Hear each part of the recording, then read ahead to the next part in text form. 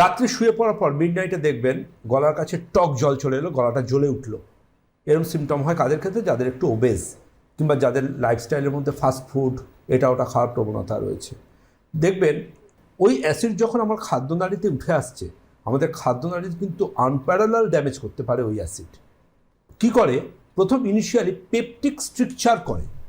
আমি একটা মেডিকেল সায়েন্সের কিছু দুর্বোধ্য ভাষা বলছি। পেপটিক স্ট্রিকচার আমাদের খাদ্যনালীকে ন্যারো করে দেয়, সংকীর্ণ করে দেয়। ওই যে ডাক্তারবাবু কিছু খেতে পাচ্ছি না, গলা দিয়ে নামছে না, ডিসপেপসিয়া, হ্যাঁ, ওই জায়গাটাকে ডিসপেজিয়া, ওই সিমটমটা মানেই আমরা কিন্তু তখনই কিন্তু আমাদের মেন্টালি আমরা অ্যালার্ট হই যে তাহলে কি পেপটিক স্ট্রিকচার। দেন আমরা তাকে অ্যাডভাইস করি upper GI endoscopy. Treatment should be scientific. ওষুধ আমি অ্যালোপ্যাথি দেবো না হোমিওপ্যাথি দেবো নাকি আয়ুর্বেদ দেবো সেটা আমাদের ব্যাপার, কিন্তু ট্রিটমেন্টটা আমাদের আজকের মডার্ন মেডিকেল সায়েন্সকে হাতে নিয়ে এগোতে হবে।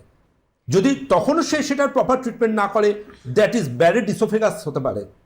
ব্যারেড ইসোফেগাসকে যদি ট্রিটমেন্ট না করে সেখানে কিন্তু অ্যাডিনোকার্সিনোমা চলে আসতে পারে, যেটা স্টমাকে আমাদের অ্যাডিনোকার্সিনোমা ক্যান্সার আসে, সেটা খাদ্যনালীতেও চলে আসতে পারে কিছু ওই সেলের পরিবর্তন করে, চেঞ্জেস করে।